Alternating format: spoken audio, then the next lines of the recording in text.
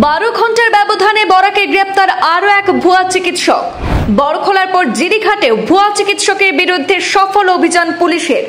কাছাড়ের জিরিঘাটে পুলিশের জালে অষ্টম ভুয়া চিকিৎসক রাধেশ্যাম রবি দাস। প্রতারক চিকিৎসকদের আখড়ায় পরিণত হয়েছে বরাক উপত্যকার কাছাড় জেলা।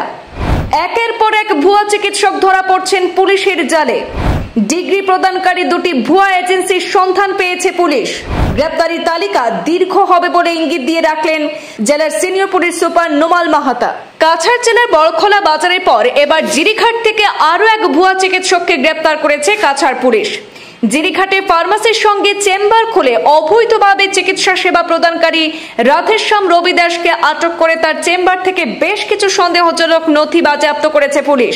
ভুয়া চিকিৎসকদের বিরুদ্ধে কাছাড় পুলিশের ধারাবাহিক অভিযানে এটি অষ্টম গ্রেপ্তারি বলে জানা গেছে। একের পর এক ভুয়া চিকিৎসক ধরা পড়ার ঘটনা স্পষ্ট করছে বরাক উপত্যকা এখন বেশ কিছু অবৈধ চিকিৎসক কার্যক্রমের কেন্দ্রস্থল হয়ে উঠেছে। বরাক সফরে মুখ্যমন্ত্রী জানিয়েছিলেন, ভুয়া চিকিৎসকদের কার্যক্রম সরকার সম্পূর্ণরূপে অবগত এবং কড়া ব্যবস্থা নেওয়া হবে এর বিরুদ্ধে। এরপর থেকেই কাছাড় পুলিশও পদক্ষেপে দ্রুত হয়েছে। গতকাল রাতে বড়খোলা বাজার থেকে নিহার হোসেন মাজার ভুঁইয়াকে গ্রেপ্তার করার 12 ঘন্টার মধ্যে জেলার জিরিঘাট অঞ্চলে পৃথক অভিযান চালিয়েছে পুলিশ। সেখানে একটি চেম্বারে মেডিকেল কলেজের ভুয়া MBBS ডিগ্রি ব্যবহার করে দীর্ঘদিন থেকে চিকিৎসা সেবার আড়ালে সাধারণ মানুষের সাথে বিভ্রান্তি সৃষ্টি করা হচ্ছিল। তাকে গ্রেপ্তার করে পুলিশ আইনি পদক্ষেপ গ্রহণ করেছে।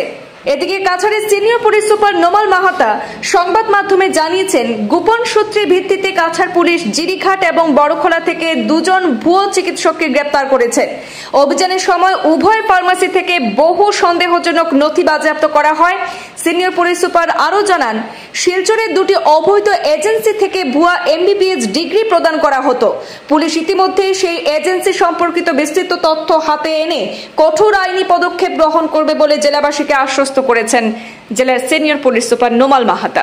আমাৰ যি অভিযান আছে সেই অভিযান অব্যাহত আছে আৰু আজি যোৱা নিশা আমি দুটা অভিযান চলাইছিলোঁ আৰু এই অভিযান কালত আমি দুজনকৈ ব্যক্তিক আমি ভুৱা চিকিৎসকক আমি গ্ৰেপ্তাৰ কৰিবলৈ সক্ষম হ'লোঁ।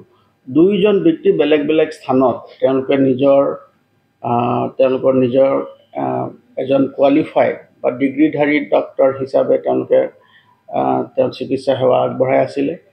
তাৰে এজনৰ নাম হ'ল নিহাৰ হোসেন মাজাৰ ভূঞা, তেওঁ 35 বছৰ বয়স। তেওঁৰ পিতৃৰ নাম হ'ল নুৰুদ্দিন মাজাৰ ভূঞা, বৰখোলা পাৰ্ট 2।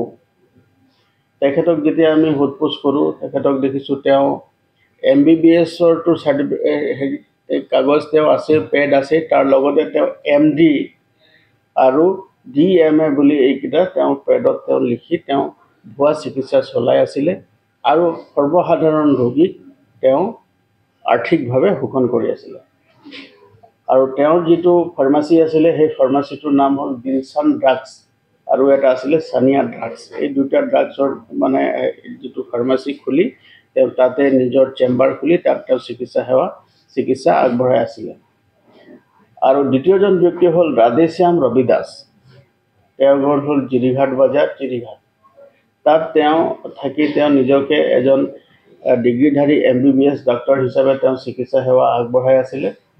আৰু আমি যেতিয়া গোটেই বিষয়টো অনুসন্ধান কৰোঁ, অনুসন্ধান কালত দেখা গ'ল যে দুইজন ব্যক্তিয়ে তেওঁলোকৰ ভুৱা ৰেজিষ্ট্ৰেশ্যন নম্বৰ, ভুৱা তেওঁলোকৰ পেড